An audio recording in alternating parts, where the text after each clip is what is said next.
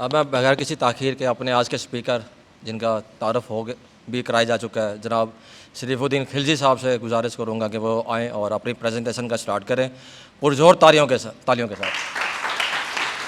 अपना कीमती वक्त निकाल कर आए हैं। इस्लामाबाद में, रावलपिंडी, फैसलाबाद और आई कैप के बहुत सारे सेमिनार कर चुके हैं इसी टॉपिक पर। जनाब शरीफुद्दीन खिलजी साहब, सारे इधर लगा लें आप।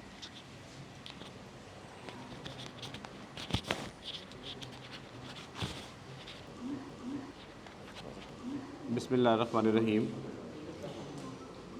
सबसे पहले तो शुक्रिया अदा करता हूँ यूनुस गाज़ी साहब का, इमरान गाज़ी साहब का और मुल्तान टैक्स बार का। जैसे यूनुस गाज़ी साहब ने मेरा शजर नसब बयान फरमाया, तो मेरा ताल्लुक़ खानेवाल से है, तो मेरे लिए ये एज़ाज़ की बात है कि जब मुझे इमरान गाज़ी साहब ने रब्ता किया तो मैंने कहा कि ये मेरे लिए एक एज़ाज़ होगा कि खानेवाल से ताल्लुक़ रखने वाले एक शख्स के लिए कि मुल्तान टैक्स बार जो है मुझे इनवाइट करे और अपने साथियों के साथ, दोस्तों के साथ मुझे बात करने का मौका मिले। ये जो रिटर्न फाइलिंग के हवाले से इसकी इंस्पायरेशन जो है ना, मुझे एक्चुअली बहुत सारे यंग प्रैक्टिशनर्स को देखकर हुई जो रिटर्न्स में गलतियां करते थे। ठीक है, मेरे सामने बेशुमार रिटर्न्स आती थी, वेल्थ स्टेटमेंट्स आती थी और उसके नतीजे में मैं देखता था कि लिटिगेशंस होती हैं, टैक्स पेयर भी परेशान होता है और जिसने प्रॉपर इंफॉर्मेशन के बग़ैर रिटर्न्स फाइल की हैं वो भी परेशान होता है और उसके नतीजे में लोगों को नुकसान होता है। रियल टैक्स गवर्नमेंट को नहीं मिलता। तो आज से चंद साल पहले मैंने ये सिलसिला शुरू किया। पहले हमने अपने फर्म के प्लेटफॉर्म से इस्लामाबाद में रिटर्न फाइलिंग के ऊपर एक सेमिनार किया आई कैप के ऑडिटोरियम के अंदर, और उसमें मैंने लोगों को कोशिश की कि मैं जो यंग प्रोफेशनल्स हैं उनको बताऊं कि रिटर्न फाइलिंग में क्या क्या चीज़ें देखी जानी चाहिए और वो क्या क्या कॉमन एरर्स हैं जो रिटर्न फाइलिंग में लोग करते हैं जिसकी वजह से टैक्स पेयर्स को परेशानी का सामना करना पड़ता है और जिसकी वजह से फिर लिटिगेशंस होती हैं। तो इस सेमिनार का मकसद ये नहीं है कि मैं आपको ये बताऊंगा कि यार IRS के ऊपर फ़लाँ एंट्री फ़लाँ जगह पे जाके करनी है। देखिए, IRS जो है ना, IRS तो एक सॉफ्टवेयर है। आप जैसे हॉटमेल का अकाउंट बनाते हैं, अगर आपके पास लॉ की इन्फॉर्मेशन हो, अगर आप लॉ को समझते हो तो IRS पे एंट्री करना आप एक दिन में सीख सकते हैं या एक घंटे में सीख सकते हैं। लेकिन अगर आपको लॉ का ही ना पता हो, अगर आपको यही ना पता हो कि ये इनकम एग्जाम फ्रॉम टैक्स है या इसके ऊपर reduce rate of tax apply होता है, इनकम फ्रॉम प्रॉपर्टी में क्या चीज़ शामिल होती है, तो फिर आप रिटर्न फाइलिंग नहीं कर सकते। वेल्थ स्टेटमेंट के अंदर एसेट्स को कॉस्ट पे दिखाना है, लोग उसे कोई रिटर्न डाउन वैल्यू पे दिखा रहा है, कोई इसे फेयर मार्केट वैल्यू पे दिखा रहा है, तो वो भरना प्रॉब्लम नहीं है। लेकिन वहाँ पे जो फिगर्स पुट इन करने हैं, जो वहाँ पर डाटा वहाँ पे फीड करना है, वो डाटा क्या फ़ीड करना है, मेरा ख़्याल है ये समझना ज़रूरी है। तो इस सेमिनार का बुनियादी मकसद और इस वर्कशॉप का भी बुनियादी मकसद यही है कि मैं जो लीगल प्रोविजंस हैं वो आपको एक्सप्लेन करूं और जो रिटर्न फाइलिंग के अंदर लोग कॉमन एरर्स करते हैं वो भी एक्सप्लेन करूं। जो हमारे ऑब्वियसली सीनियर्स यहाँ पे मौजूद हैं उनके लिए बहुत सारी चीज़ें वो ऑलरेडी जानते हैं और बहुत सारी चीज़ों को समझते हैं, और जहाँ कहीं भी कोई मुश्किलात होंगी तो हम उनसे, अपने पैनलिस्ट से भी राय लेंगे। लेकिन मेरे जो टारगेट ऑडियंस है वो यंग प्रोफेशनल्स हैं। टारगेट ऑडियंस जो है यहाँ पर मेरा वो स्टूडेंट्स हैं जो कि सीखना चाहते हैं और अभी अपने कदम बढ़ा रहे हैं अच्छे प्रोफेशनल बनने की तरफ। तो let's start with the, kindly अगर स्लाइड्स आगे करें जी। इसको मैंने 9 चैप्टर्स के अंदर डिवाइड किया है और इसमें से जो आखिरी चैप्टर है 9th चैप्टर, उसकी ज़्यादातर स्लाइड्स जो है ना वो आपके लिए एग्जांपल के तौर पर हैं, ताकि आप खुद से जाके एक तरह से, जैसे बुक के आखिर में सवाल होते हैं ना, आप उससे सॉल्व कर लेते हैं, तो वो सॉल्व एग्जांपल है। और उससे पहले जो है वो लॉ की प्रोविजंस हैं जिन्हें मैं यहाँ पर डिस्कस करूँगा। We will start with the basics and applicability of section 114 के रिटर्न फाइल किसने करनी है, लॉ की बेसिक्स क्या हैं, और फिर हम मुख्तलिफ सोर्सेज ऑफ इनकम पे जाएंगे। पहले हम बात करेंगे ऐसे इंडिविजुअल की जो बग़ैर बिज़नेस इनकम वाले इंडिविजुअल हैं, सैलरीड, नॉन सैलरीड, और फिर बिज़नेस इनकम पे बात करेंगे। मुख्तसर सी बात हम कंपनी टैक्स रिटर्न के हवाले से करेंगे, लेकिन मेरा असल फोकस इंडिविजुअल्स की टैक्स रिटर्न होगा। फिर कुछ जो टॉपिक्स आए हैं नए, डीम्ड रेंटल इनकम और सुपर टैक्स के हवाले से भी हम डिस्कस करेंगे। और फिर minimum tax, alternate corporate tax, और उसमें जो रिटर्न में और हमारे मौक़िफ़ में जो फ़र्क है उसको भी हम डिस्कस करेंगे, और फाइनली लॉसेस और प्रिपरेशन ऑफ वेल्थ स्टेटमेंट और वेल्थ रिकन्सिलिएशन स्टेटमेंट। अच्छा, जो मैंने अब तक जितने भी वर्कशॉप्स किए हैं उनमें कोशिश ये की है कि ये हमारा जो सेशन है ये एक इंटरेक्टिव सेशन रहे। इस इंटरेक्टिव सेशन के दौरान मैं भी आप लोगों से कुछ क्वेश्चंस पूछूंगा ताकि मुझे ये आइडिया होता रहे कि ऑडियंस किस हद तक उस बात को समझते हैं, और दूसरा आप भी ड्यूरिंग द सेशन ही जहाँ कहीं किसी को कोई क्वेश्चन हो तो हम 1-2 स्लाइड्स के बाद रुकेंगे, और रुकने के साथ मैं पूछूंगा, आप हैंड रेज़ करेंगे और हम साथ साथ टॉपिक्स को क्लियर करते जाएंगे। ये नहीं है कि हम बिल्कुल एंड पर क्वेश्चन आंसर करेंगे, उससे नींद भी आती है, तो आप लोग सारे जागते भी रहेंगे इंशाल्लाह ताला जैसे जैसे क्वेश्चन आंसर चलते रहेंगे। तो let me start with the basics. Next slide पे काइंडली चले जाएं।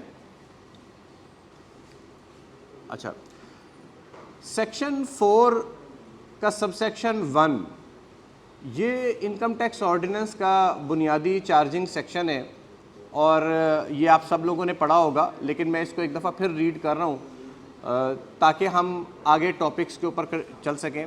Subject to the ordinance, income tax shall be impose for each tax year at the rate or rate specified in division 1 or 2 of part 1 of the first schedule as the case may be on every person who has taxable income for the year।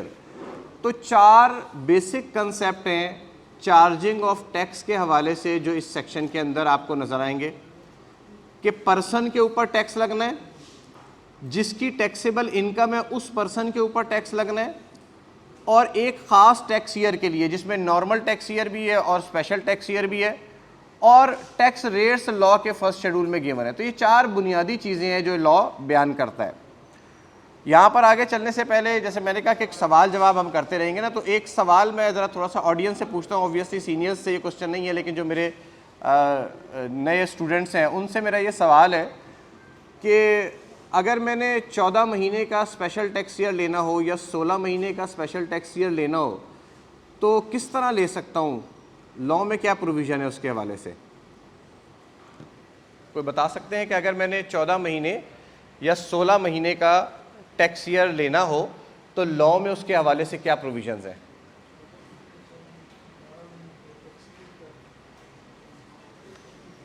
Ji, law में ऐसी कोई provision नहीं है।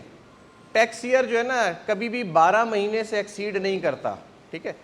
तो 12 महीने का tax year होगा, और उससे ज़्यादा का ना कोई नॉर्मल टैक्स ईयर जुलाई से जून 12 महीने का होता है, और स्पेशल टैक्स ईयर भी 12 महीने का होता है। 12 महीने से ज़्यादा का टैक्स ईयर नहीं होता। हाँ, दरमियान में एक ट्रांजिशनल टैक्स ईयर होता है कि जब आप कन्वर्ट करना चाहते हैं नॉर्मल से स्पेशल में, स्पेशल से नॉर्मल में, या स्पेशल से स्पेशल में। और ये कोई मेरा भाई बता सकता है कि अगर आपने स्पेशल टैक्स ईयर लेना हो तो उसके लिए क्या प्रोसेस या किस तरह से आप वो स्पेशल टैक्स ईयर ले सकते हैं? जस्ट रेज योर हैंड्स अगर कोई बताना चाहता है। जी प्लीज़। हमारे पास एक माइक कोई है एक्स्ट्रा? अच्छा, थोड़ा सा बुलंद आवाज़ से बात करनी पड़ेगी।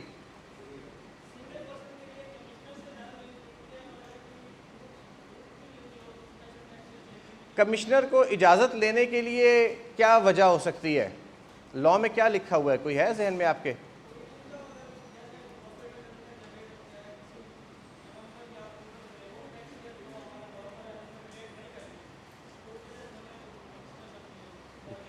अच्छा, इंटरेस्टिंगली लॉ में ना कोई रूल्स नहीं दिए गए हैं कि यार कमिश्नर इस वजह से देगा। लॉ में जो लफ्ज़ लिखा हुआ है वो है कंपेलिंग रीजंस, ठीक है? ऐसे रीजंस जो कि कमिश्नर को सेटिस्फाई कर दें, और तो किसी भी रीज़न की वजह से जो कंपेलिंग रीजंस हो, जो आपने एग्जांपल्स ठीक दिए हैं, लेकिन लॉ में लिखा हुआ है कि कंपेलिंग रीजंस जो कमिश्नर को सेटिस्फाई कर दें कि यार इसको नॉर्मल टैक्स ईयर की बजाय स्पेशल टैक्स ईयर दिया जा सकता है। तो ये जस्ट थोड़ा सा एक तारुफ था टैक्स लॉ के हवाले से। नेक्स्ट स्लाइड पे कर लीजिएगा। 3 टाइप्स ऑफ पर्सन है। पर्सन की डेफिनेशन में तो ज़्यादा लोग हैं, लेकिन जिन लोगों के ऊपर टैक्स लगता है या जिनकी टैक्सेशन हम डिस्कस करने जा रहे हैं वो बेसिकली इंडिविजुअल, एओपी और कंपनी है। और रेजिडेंशियल स्टेटस इम्पॉर्टेंट है इन तीनों का, क्योंकि अगर कोई शख्स पाकिस्तान का रेजिडेंट होगा तो उसकी पाकिस्तान सोर्स इनकम और फॉरेन सोर्स इनकम दोनों पे टैक्स लगता है, और अगर कोई शख्स नॉन रेजिडेंट होगा तो नॉन रेजिडेंट की सिर्फ और सिर्फ पाकिस्तान सोर्स इनकम पे टैक्स लगता है। अच्छा, कोई भाई ये बता सकता है कि पाकिस्तान सोर्स इनकम और फॉरेन सोर्स इनकम को डिटरमिन कैसे किया जाता है? किसी भी शख्स की आपको कैसे डिटरमिन करेंगे? मैं तनख्वाह, मैं फॉर एग्जांपल मैंने यहाँ घर रेंट पे दिया हुआ है और मैं कहता हूँ कि यार मेरा दुबई में अकाउंट है तो पैसे वहाँ पर भेज दो, तो कैसे डिटरमिन करेंगे? पाकिस्तान सोर्स इनकम है, मैं पैसे तो वहाँ वसूल कर रहा हूँ, बेशक मैंने घर यहाँ पे दिया हुआ है, तो पाकिस्तान सोर्स इनकम और फॉरेन सोर्स इनकम को हम डिटरमिन कैसे करने का कोई प्रिंसिपल, कोई रूल्स कुछ है लॉ के अंदर? नहीं। पाकिस्तान सोर्स इनकम और फॉरेन सोर्स इनकम को डिटरमिन करने के लिए सेक्शन 101 है। सेक्शन 101 हर इनकम के लिए अलग अलग बताता है कि ये इनकम कब पाकिस्तान सोर्स इनकम होगी और ये इनकम कब फॉरेन सोर्स इनकम होगी। मसलन सैलरी के लिए वो कहता है कि salary shall be Pakistan source income if the employment is exercised in Pakistan. तो उसने एम्प्लॉयमेंट एक्सरसाइज्ड का वर्ड लिख के और पेमेंट को कहा irrespective of where the payment is received. तो पाकिस्तान सोर्स इनकम डिटरमिन करना और फॉरेन सोर्स इनकम डिटरमिन करना, तो आप जब भी रिटर्न बनाएंगे तो सबसे पहले तो रेजिडेंशियल स्टेटस डिटरमिन करेंगे और उसके बाद ये डिटरमिन करना ज़रूरी है कि ये उसकी पाकिस्तान सोर्स इनकम है और ये फॉरेन सोर्स इनकम है। तो अगर आपने सेक्शन 101 नहीं पढ़ा तो इसका मतलब है आप ये डिटरमिन नहीं कर सकते। Next slide please. थोड़ा सा आपको एक्टिव रहना पड़ेगा भाई, ठीक है। अच्छा जी, रेजिडेंट इंडिविजुअल। रेजिडेंट इंडिविजुअल की जो डेफिनेशन है उसमें 3 A, C और D क्लॉजेज हैं। ये क्लॉज का फ़र्क इसलिए कि कुछ क्लॉजेज दरमियान में डिलीट हुई हैं और ये तीनों क्लॉजेज अलग अलग हैं, यानी इनमें से किसी एक क्लॉज में भी अगर आप फॉल कर जाएंगे तो आप रेजिडेंट पर्सन ट्रीट किए जाएंगे। जो पहली क्लॉज है वो कहती है कि अगर आपने पाकिस्तान में 183 दिन गुजार लिए तो आप रेजिडेंट पर्सन हो जाएंगे, और वो 183 दिन चाहे आपने इकट्ठे गुजारे हों या अलग अलग गुजारे हों, यानी आपने जुलाई में आए, अगस्त में चले गए, सितंबर में आए, फिर 2 महीने रहे, फिर वापस चले गए। तो अगर पीरियड और पीरियड्स का लफ्ज़ लिखने का मकसद ये है कि अगर 183 दिन आपने पाकिस्तान में 1 जुलाई से जून के टैक्स ईयर के दरमियान गुजार लिए तो you become a resident person irrespective of आपका सिटीजनशिप का जो स्टेटस है, ठीक है।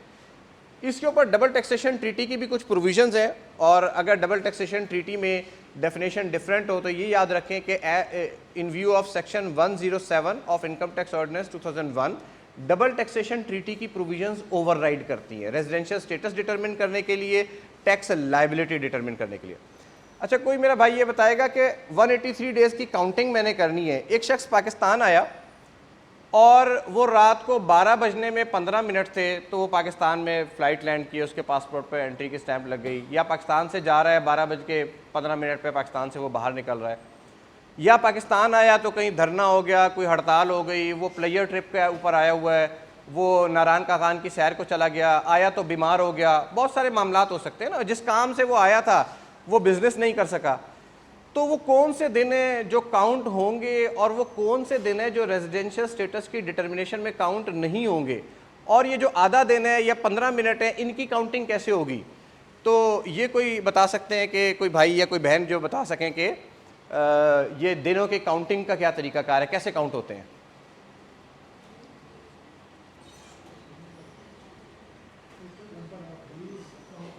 सर वो तो बच्चों से पूछना है ना, आप तो उस्ताद है, उस्तादों से थोड़ी पूछना है, ये तो हमने अपने शागिर्दों से पूछना है जी।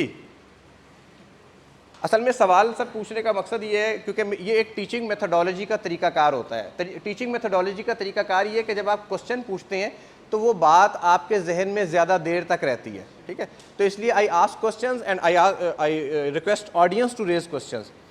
अच्छा, तो ये याद रखें कि जब 183 डेज़ की काउंटिंग कर रही है तो each and every day counts. आधा दिन है तो वो पूरा ही काउंट होगा। तो अगर जिस दिन किसी के पासपोर्ट के ऊपर एंट्री की स्टैंप लगती है, वो डेट लिखी होती है एंट्री की स्टैंप के ऊपर, वो फुल डे काउंट होगा। और जब उसके पासपोर्ट के ऊपर एग्जिट की स्टैंप लगती है तो एग्जिट के स्टैंप वाला भी फुल डे काउंट होगा, बेशक वो 5 मिनट बाद ही वहाँ से फ्लाई कर गया है। तो जो डेट ऑफ पासपोर्ट है, इसीलिए जब आप देखें अगर FBI ने कभी ऑफिसर्स ने आपका रेजिडेंशियल स्टेटस चेक करना हो, और ऑफिसर्स के लिए भी है कि वो पासपोर्ट की कॉपी मांगेंगे, और पासपोर्ट की कॉपी से डिटरमिन करेंगे कि एंट्री और एग्जिट की डेट्स क्या हैं, और वहाँ से डिटरमिन हो जाएगा कि उसका रेजिडेंशियल स्टेटस के लिए 183 डेज कैसे काउंट होंगे। एक दिन ऐसा है, एक वक्त ऐसा है जो कभी काउंट नहीं होता, और वो वक्त है अगर कोई शख्स 2 इंटरनेशनल प्लेसेस के दरमियान ट्रांजिट में हो।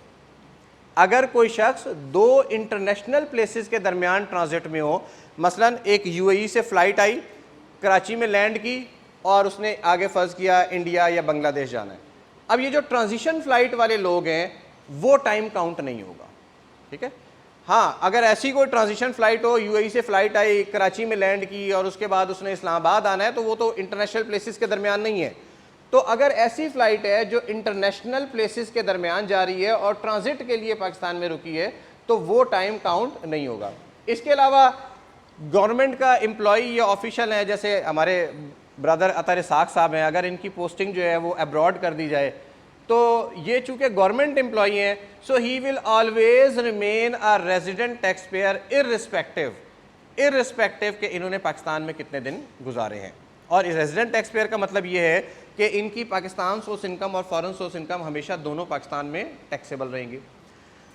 तीसरी जो क्लॉज है ये इंटरेस्टिंग क्लॉज है, ठीक है। इसको पहले मैं रीड करता हूँ, और इस क्लॉज की इंटरप्रिटेशन मेरे ख्याल में कुछ लोगों ने गलत भी की है, लेकिन मेरी एक इंटरप्रिटेशन डिफरेंट है। देखिए, जब कोई लॉ होता है ना, कोई भी कानून होता है, तो उलमाए कराम में आपस में इख्तलाफ भी हो जाता है, ठीक है, तो उसका हमें मार्जिन देना चाहिए। तो यहाँ पर है being a citizen of Pakistan, ये क्लॉज अप्लाई हो रही है सिर्फ और सिर्फ सिटीज़न ऑफ पाकिस्तान के ऊपर। Is not present in any other country for more than 182 days, यानी वो दुनिया के किसी भी मुल्क में 182 डेज नहीं गुजारता। अपने उसके पास जेट मौजूद है, और ऐसे बेशुमार लोग हैं जो 1 महीना जो है वो पाकिस्तान में गुजार लिया, कुछ सऊदी अरब में गुजार लिया, कुछ यूएई में गुजार लिया, कुछ यूके में गुजार लिया, कोई किसी और टैक्स हेवन के अंदर गुजार लिया। तो ये बेसिकली टैक्स अवॉइडेंस का चक्कर होता है ना, कि आप किसी भी मुल्क के अंदर इतना टाइम ना गुजारें कि आप उस मुल्क के टैक्स रेजिडेंट बन जाएं। तो ये OECD की गाइडलाइंस और बिप्स के बेसिकली एक्शन आइटम्स हैं जिनके तहत ये प्रोविज़न आई थी। तो उन्होंने कहा कि भाई जो सिटीज़न ऑफ पाकिस्तान होगा, अगर उसने किसी भी मुल्क के अंदर 182 दिन नहीं गुजारे तो वो पाकिस्तान का रेजिडेंट होगा, हम उसे टैक्स अवॉइडेंस नहीं करने देंगे, ठीक है। तो एक तो ये प्रोविज़न साथ आ गई। उसके बाद आगे पढ़ें, क्योंकि एक प्रॉब्लम ये आया कि अगर फ़र्ज़ किया जैसे अब कहीं भी दिन नहीं गुजारता, लेकिन वो किसी दूसरे मुल्क का टैक्स रेजिडेंट हो जाता है किसी भी वजह से, मसलन US की जो टैक्स रेजिडेंसी है वो उसकी सिटीजनशिप की बेसिस के ऊपर है, और मुख्तलिफ मुल्कों के मुख्तलिफ बेसिस पर हो सकती है, और who is not a resident tax pair of any other country, या वो किसी भी मुल्क का टैक्स रेजिडेंट भी नहीं है, यानी ना उसने किसी मुल्क के अंदर 182 दिन गुजारे और ना ही वो किसी और मुल्क का टैक्स रेजिडेंट है, तो इस सूरत में वो क्या हो जाएगा, वो पाकिस्तान का रेजिडेंट बन जाएगा, ठीक हो गया। इस पे जो लोगों के परेशानी, लोग इस पे ज़्यादा परेशान हुए कि UAE वाले जो लोग थे उन्होंने कहा कि भाई हम तो टैक्स रेजिडेंट नहीं है, तो ये हम पे अप्लाई करने के लिए, तो वो जब 182 दिन गुजार लिए तो पहली क्लॉज की वजह से वो तो वैसे ही आउट हो गए। तो जब वो सेटल्ड हैं तो उनके ऊपर ये प्रोविज़न नहीं लाई गई। ये बेसिकली उन टैक्स अवॉइडर्स को लाने के लिए लाई गई है जो ना कहीं पर टैक्स रेजिडेंट बनते हैं और ना कहीं पर टाइम गुजारते हैं। और ये सिर्फ हमारे मुल्क में नहीं, ये वर्ल्ड वाइड ये प्रोविजंस जो हैं ये इनकॉर्पोरेट की गई हैं BEPS के थ्रू। जी प्लीज़। रेजिडेंट कंपनी की ज़रा डेफिनेशन आसान है। उसने कहा कि जो company incorporated or formed by और under any law in force in Pakistan हो वो रेजिडेंट कंपनी कहलाएगी। Control and management of affairs अगर होली सिचुएटेड इन पाकिस्तान हो तो वो कंपनी कहलाएगी, और या अगर प्रोविंशियल लोकल गवर्नमेंट हो तो वो भी रेजिडेंट कंपनी कहलाएगी। अच्छा, एक क्वेश्चन छोटा सा और उसका एक फॉलोअप क्वेश्चन भी होगा। क्वेश्चन ये है कि पाकिस्तान में कंपनीज़ की इनकॉर्पोरेशन का क्या लॉ है? कंपनीज़ एक्ट 2017, पाकिस्तान में कंपनीज़ की इनकॉर्पोरेशन का लॉ है कंपनीज़ एक्ट 2017। हाउएवर, अब मुझे मुल्तान में नहीं पता, इस्लामाबाद में तो ये काफ़ी कॉमन है कि मुख्तलिफ ब्रांचेज़ ऑफ फॉरेन कंपनीज़ यहाँ पर आके काम करती हैं, और ब्रांच ऑफ फॉरेन कंपनी जब पाकिस्तान में आती है तो वो ब्रांच ऑफ फॉरेन कंपनी जो है वो BOI के पास भी अपनी रजिस्ट्रेशन कराती है, बोर्ड ऑफ इन्वेस्टमेंट के पास भी, और वही ब्रांच ऑफ कंपनी अपनी रजिस्ट्रेशन करवाती है। कंपनीज एक्ट 2017 का एक फॉरेन कंपनीज की रजिस्ट्रेशन का चैप्टर है, उसके तहत भी करवाती है, लेकिन उसको हम रेजिडेंट कंपनी नहीं कहते। Branch of foreign company Aldous वो पाकिस्तान में आके कंपनीज एक्ट के तहत अपनी रजिस्ट्रेशन करवाती है, लेकिन उसको हम ब्रांच को रेजिडेंट कंपनी नहीं कहते। उसकी क्या वजह है जी? नहीं, इनमें से तीनों में से ना एक भी क्लॉज पूरी हो जाए, नहीं, बोर्ड ऑफ डायरेक्टर्स की वजह नहीं है। मैं कह रहा हूं कि देखें, पहली जो क्लॉज है ना उसमें लिखा हुआ है, क्योंकि ये तीनों क्लॉज सेपरेटली अप्लाई होते हैं, तो दूसरी क्लॉज तो एग्रीड है कि वो अप्लाई नहीं हो रही, तीसरी तो एग्रीड है अप्लाई नहीं हो रही। क्वेश्चन मैं इसको रिफ्रेज कर देता हूं कि पहली क्लॉज क्यों नहीं अप्लाई हो रही उसके ऊपर?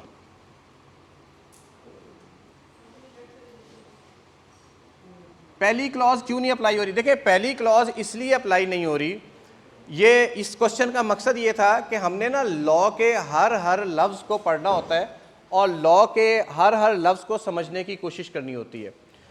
तो जो पहली क्लॉज है ना, अगर आप उसका अल्फाज देखें तो वो लिखे हुए इनकॉर्पोरेटेड और फॉर्म्ड। वो क्या अल्फाज लिखे हुए? इनकॉर्पोरेटेड और फॉर्म्ड।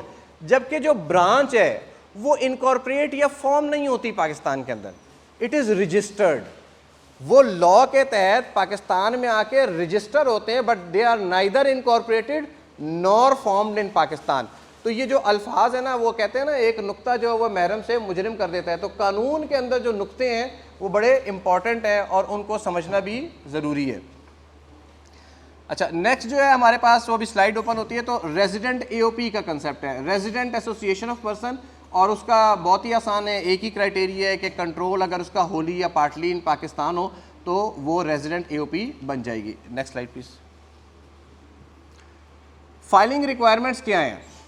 अब फाइलिंग रिक्वायरमेंट्स जो हैं वो लॉ में, जब आप एक एनुअल टैक्स रिटर्न फाइल करते हैं तो आजकल सिर्फ वो एक रिटर्न नहीं होती, उसके साथ और कई स्टेटमेंट्स हैं।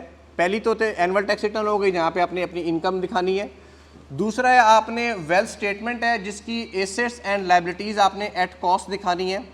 वेल्थ रिकन्सिलिएशन स्टेटमेंट है। Foreign income and asset statement है, अगर वो हम क्राइटेरिया डिस्कस करेंगे, अगर आमदनी एक या उसके एसेट से खास लिमिट से ज़्यादा हो। स्टेटमेंट ऑफ एक्सपेंसेस है, आपने बताना होता है नेक्स्ट डी के अंदर कि आपके क्या क्या एक्सपेंसेस इनकर कर रहे हैं, ट्रैवल वगैरह के, बच्चों की एजुकेशन के, रेंट के। कैपिटल वैल्यू टैक्स की स्टेटमेंट है, अगर किसी के फॉरेन एसेट्स हैं और वो 100 मिलियन से ज़्यादा के हैं तो रेजिडेंट इंडिविजुअल ने अब एक कैपिटल वैल्यू टैक्स की स्टेटमेंट भी फाइल करनी होती है। और फाइनली कैपिटल एसेट्स यानी जो आपकी इमूवेबल प्रॉपर्टी है 7E के तहत, उसकी भी एक स्टेटमेंट उसी रिटर्न का हिस्सा बना दी गई। तो ये मोटी मोटी स्टेटमेंट्स हैं जो आपने अपनी इनकम के और वेल्थ के हिसाब देने के लिए फाइल करनी है। नेक्स्ट, फाइल किस किस ने करनी है? यहाँ पर फाइलिंग के लिए सेक्शन 114 में एक लंबी लिस्ट दी गई है, मैंने उस लिस्ट को थोड़ा सा कंसाइज कर दिया है। मैंने उस लिस्ट को थोड़ा सा, यानी जो उसमें मेजर आइटम्स हैं वो डाल दिए हैं। एक जहन में रखें, एवरी कंपनी।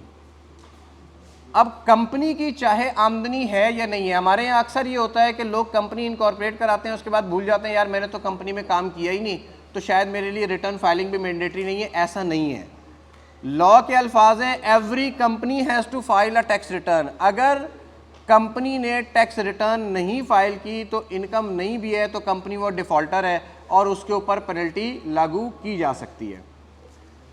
उसके बाद every person other than a company, इसको मैंने जैसे कहा कि मैंने मुख्तसर कर दिया है, जिसकी NTR इनकम है, जिसकी FTR इनकम है, टैक्सेबल इनकम है, जिसको पिछले 2 सालों में टैक्स लगा है, जो लॉस को कैरी फॉरवर्ड करना चाहता है, जो इमूवेबल प्रॉपर्टी ओन करता है।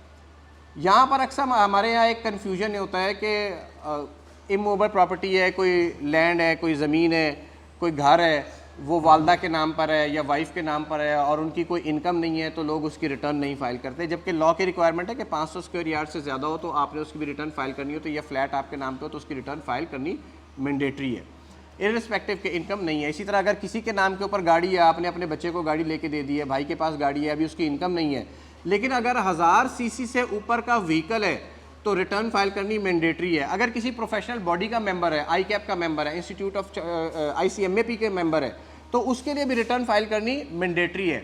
और जिसने foreign income and asset statement file करनी है, उसके लिए भी रिटर्न फाइल करनी मैंडेटरी है।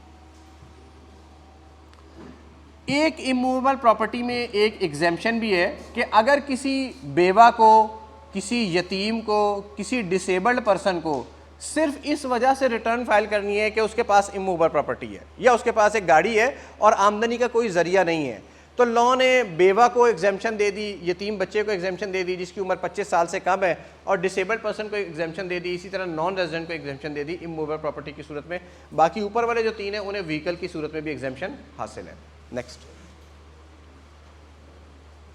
वेल्थ स्टेटमेंट फाइल करनी है हर रेजिडेंट इंडिविजुअल ने या हर मेंबर ऑफ एओपी ने। नेक्स्ट,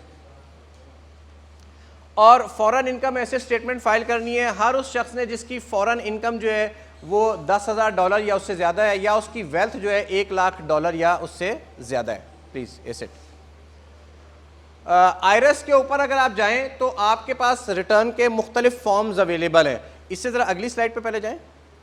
आप अगली स्लाइड पे जाएं तो डिक्लेरेशन के नाम, ये डिक्लेरेशन का आप टैब ओपन करें तो ये एक लिस्ट आपके पास खुल जाती है और आप मुख्तलिफ किस्म की रिटर्न्स वहाँ से एक्सेस कर सकते हैं। पिछली स्लाइड पे वापस जाएं तो उसमें कुछ रिटर्न्स आसान किए उन्होंने, सैलरीड पर्सन के लिए अलग कर दी, नॉर्मल रिटर्न जो सबके लिए एप्लीकेबल है वो अलग कर दी है, सिंप्लीफाइड रिटर्न है मैन्युफैक्चरर्स के लिए, ट्रेडर्स के लिए, फाइनल टैक्सेशन वालों के लिए, non resident person origin having no Pakistan source income और एसएमईज जिनकी 250 मिलियन तक है उनके लिए रिटर्न्स डिफरेंट है। और इसका मकसद ये है कि अगर आपका क्लाइंट जो है, ज़रूरी नहीं है कि हर क्लाइंट के लिए आप नॉर्मल इंडिविजुअल वाली रिटर्न या नॉर्मल रिटर्न जाके फाइल करें।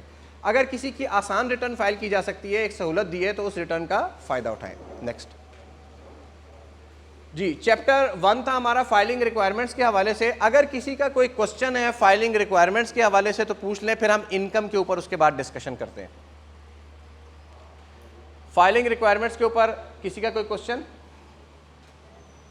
क्वेश्चन पूछने से आपने घबराना नहीं है जी, प्लीज़।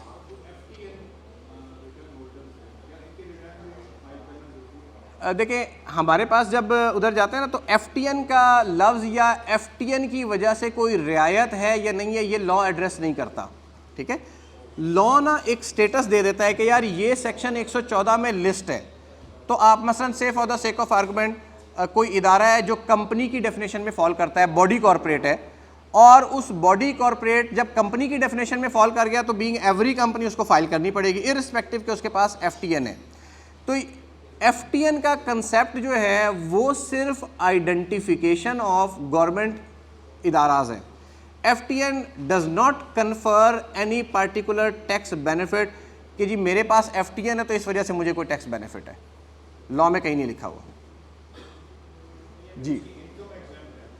देखिए, इनकम एग्जेम्प्ट होना एक अलग मामला है, रिटर्न फाइलिंग की रिक्वायरमेंट होना एक अलग मामला है। मसलन से for the sake of argument, जैसे अगर कोई कंपनी है, अभी कुछ 2 साल पहले तक कंपनीज जो एक्सपोर्ट ऑफ आईटी सर्विसेज में इन्वॉल्व है उनकी income completely exempt from tax थी, लेकिन उनको फिर भी रिटर्न फाइल करनी पड़ती थी क्योंकि लफ्ज़ क्या था, एवरी कंपनी। तो हमने सेक्शन 114 जाके रेफर करना है। जब भी हमने देखना है तो हमने देखना है कि यार ये 114 की जो लिस्ट है इसमें वो पार्टी फाइल करती है या नहीं फाइल करती। इनकम एग्जेम्प्ट होने से उसका ताल्लुक नहीं है। अगर मैं इंडिविजुअल हूँ तो जैसे मैंने कहा इनकम ही ना हो तब भी रिटर्न फाइल करनी पड़ती है। मैं इंडिविजुअल हूँ, मैं आई कैप का मेंबर हूँ, मेरे पास नौकरी नहीं है, ठीक है, या मेरी इनकम ही नहीं है, स्टिल लॉ कहता है कि भाई जो किसी प्रोफेशनल बॉडी का मेंबर है वो रिटर्न फाइल करे। तो ये जो 114 की रिक्वायरमेंट है ना, उसमें इनकम होना ना होना उसका कोई ताल्लुक नहीं है, उसको आपने इररिस्पेक्टिव ऑफ इनकम देखना है जी।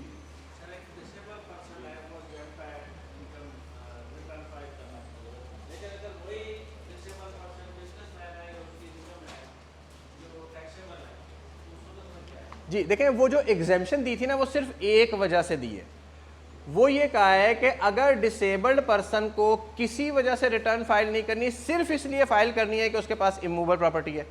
अब आपने जो एग्जांपल दी उसमें तो टैक्सेबल इनकम आ गई, इसका मतलब है कि इमूवेबल प्रॉपर्टी से ज़्यादा हो गई ना। जब उसके अलावा क्लॉजेज अप्लाई हो जाती हैं तो फिर रिटर्न फाइल करनी पड़ती है जी।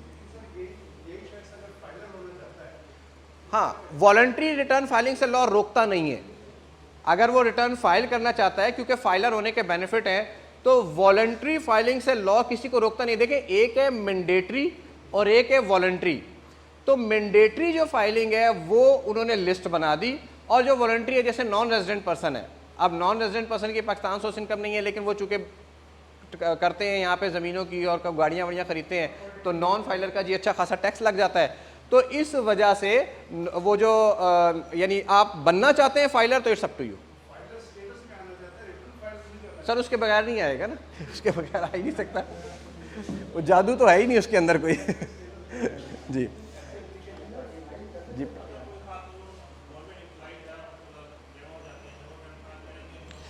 सर अगेन रिटर्न फाइल करने के लिए अगर वो खातून गवर्नमेंट एम्प्लॉई हैं और उनकी टैक्सेबल इनकम है तो रिटर्न फाइल करनी पड़ेगी जी। देखिए रिटर्न फाइल करने, वो जो एग्जेम्पशन की मैंने बात की थी ना, वो सिर्फ एक वजह से है, और वो है कि अगर कोई ऐसी बेवा खातून जिसके पास सिर्फ इमूवेबल प्रॉपर्टी है और कोई आमदनी और किसी वजह से उसने रिटर्न फाइल नहीं करनी, तो अगर किसी और वजह से फाइल करनी है उससे एग्जेम्पशन नहीं है। इमूवेबल प्रॉपर्टी से अगर उसे रेंट आ रहा है जी, इमूवेबल प्रॉपर्टी से अगर उसे रेंट आ रहा है और वो टैक्सेबल है, तो फिर जाहिर सी बात है करनी पड़ेगी। मतलब देखें एक ही वजह है ना एग्जेम्पशन की, बाकी जितनी भी वजह है वो सब रिटर्न फाइलिंग की वजह है, एग्जेम्पशन की एक ही वजह है, ठीक है।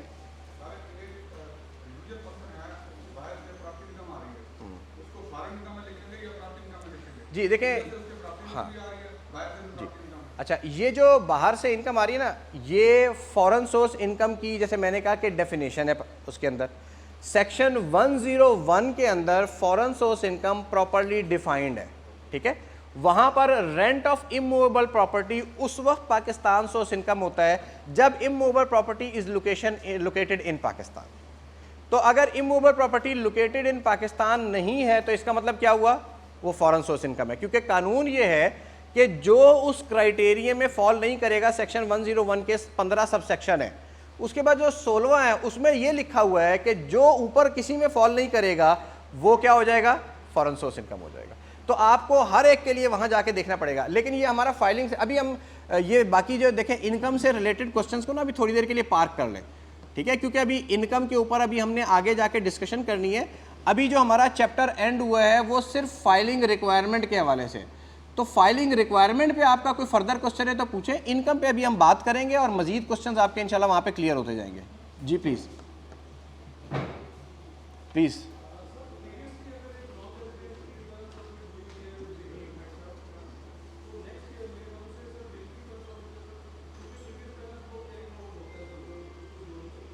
देखें नॉन रेजिडेंट को वेल्थ फाइल करने की ज़रूरत नहीं है, ठीक है, और अगर उसने किसी साल में वॉलंटरली फ़ाइल कर दी है तो वो उसकी उस साल की मर्ज़ी थी, उसने फ़ाइल कर दी, लॉ से रोकता नहीं है। और अगर वो अगले साल फ़ाइल नहीं करना चाहता तो लॉ से कंपेल नहीं करता, ठीक है जी।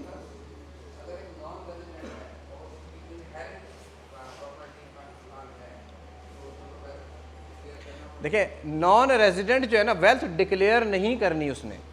नॉन रेजिडेंट के बारे में ये बिल्कुल क्लैरिटी रखें कि नॉन जो वेल्थ स्टेटमेंट की फाइलिंग है ना वो रेजिडेंट इंडिविजुअल पे है, नॉन रेजिडेंट पे है ही नहीं। वो अगर प्रॉपर्टी उसके पास मौजूद भी है तो प्रॉपर्टी की मौजूदगी के बावजूद अभी हमने पढ़ा कि उसको एग्जेम्पशन है रिटर्न फाइलिंग से। अभी मैंने एग्जेम्पशन बताई थी ना कि अगर नॉन रेजिडेंट पर्सन के पास सिर्फ और सिर्फ इमूवेबल प्रॉपर्टी है, चाहे इनहेरिटेड है चाहे उसने खुद खरीदी है, उसको रिटर्न फाइलिंग मैंडेटरी नहीं है, वॉलंटरी वो कर सकता है अगर वो फाइलर बनना चाहता है। जी प्लीज। माइनर के हवाले से रिटर्न फाइलिंग की जो रिक्वायरमेंट है ना, रिटर्न फाइलिंग की रिक्वायरमेंट अगेन वहां पर रिटर्न फाइलिंग की रिक्वायरमेंट में माइनर का लफ्ज़ नहीं लिखा हुआ, ठीक हो गया। तो अलबत्ता एक इनकम स्प्लिटिंग का एक सेक्शन है जो ये कहता है कि माइनर की जो इनकम है वो पेरेंट की जो अनलेस के वो इनहेरिटेड बिजनेस इनकम हो, अदरवाइज वो पेरेंट की इनकम में क्लब होती है। इनकम स्प्लिटिंग का सेक्शन है 1992 मेरे सेक्शन रेफरेंस मुझे भूल गया है, उसमें अवॉइडेंस के लिए लिखा हुआ है कि माइनर की जो इनकम है वो उस पेरेंट की इनकम में क्लब होगी जिसकी हाईएस्ट इनकम है। तो फिर यानी उसका बज़ाहिर ये मतलब नज़र आता है कि जब उसकी इनकम में क्लब नहीं होगी तो इसका मतलब है उसके पेरेंट ने अपनी रिटर्न फाइल करनी है और उसमें वो क्लब करके दिखाएगा। ये उसकी एक इंटरप्रिटेशन है। जी किसी का कोई और क्वेश्चन?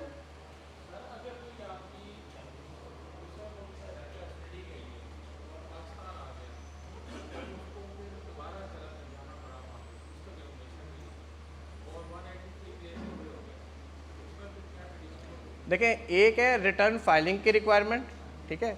रिटर्न फाइलिंग की रिक्वायरमेंट वो इंडिविजुअल है, और इंडिविजुअल की अगर आमदनी नहीं है तो उसे रिटर्न फाइलिंग की ज़रूरत नहीं है। अगर उसके एसेट्स भी नहीं है तो जो आप दे रहे हैं वो तो स्टूडेंट की मिसाल है ना।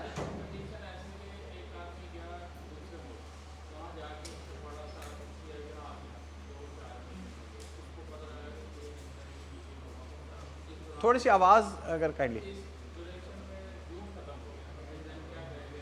देखिए, रिटर्न फाइलिंग का ताल्लुक उसके ड्यूरेशन ऑफ स्टे के साथ नहीं है, ठीक है। मैं अगेन रिपीट कर रहा हूँ कि सेक्शन 114 के अंदर अपना क्राइटेरिया है, और हमने जब भी किसी की रिटर्न फाइलिंग की रिक्वायरमेंट को देखना है तो हमने ये देखना है, अब रेजिडेंट इंडिविजुअल तो सारे हैं। मसलन मेरा बेटा जो है वो अब 18 साल का हो जाएगा अगले महीने, तो वो 18 साल का होने के बावजूद उसकी कोई आमदनी नहीं है, वो तो अभी पढ़ रहा है ना। तो ऐसे कितने स्टूडेंट्स हैं, लाखों करोड़ों स्टूडेंट्स हैं पाकिस्तान में, तो क्या वो रिटर्न फाइल करते हैं? नहीं फाइल करते। तो रिटर्न फाइलिंग का ताल्लुक मेरे रेजिडेंट होने के साथ नहीं है। रिटर्न फाइलिंग के अपने पैरामीटर्स हैं जो भी मोटे मोटे मैंने 114 के बताए हैं। जी, किसी का कोई और क्वेश्चन फाइलिंग रिक्वायरमेंट के हवाले से? जी प्लीज़।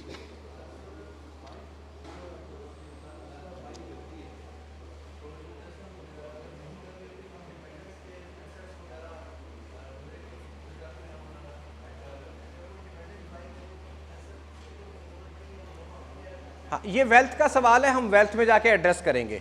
अभी सिर्फ फाइलिंग रिक्वायरमेंट को हम देखते हैं, ठीक है। वेल्थ आगे बात आएगी कि वेल्थ में हमने क्या करना है, ठीक। जी, नेक्स्ट स्लाइड पे चले जाएं, चैप्टर 2, पिछली स्लाइड पे जाएं। हाँ, ठीक है, चैप्टर 2 का ये। अच्छा, अब जो इस चैप्टर में हमने डिस्कस करना है चैप्टर 2 के अंदर, ये हमारा थोड़ा तवील चैप्टर है। इसमें हमने इनकम फ्रॉम सैलरी डिस्कस करेंगे, इनकम फ्रॉम प्रॉपर्टी डिस्कस करेंगे, कैपिटल गेन और income from other source discuss करेंगे। अच्छा, मैं जो डिस्कस करूंगा, अगेन जैसे मैंने कहा कि मेरे सेमिनार का या इस वर्कशॉप का जो फोकस है, या ये जो स्लाइड्स बनी हुई हैं, ये एक कॉमन इंडिविजुअल के लिए बनी हुई हैं, और इसका मकसद ये है कि एक आम इंडिविजुअल की रिटर्न आपको फाइल करना आ जाए, तो स्लाइड्स के अंदर जो इन्फॉर्मेशन है वो कॉमन इंडिविजुअल के हवाले से है। हाउएवर आपके क्वेश्चंस के ज़रिए हम कम्प्लेक्स सिचुएशंस को भी इंशाल्लाह ताला रिजॉल्व करेंगे। Next slide please.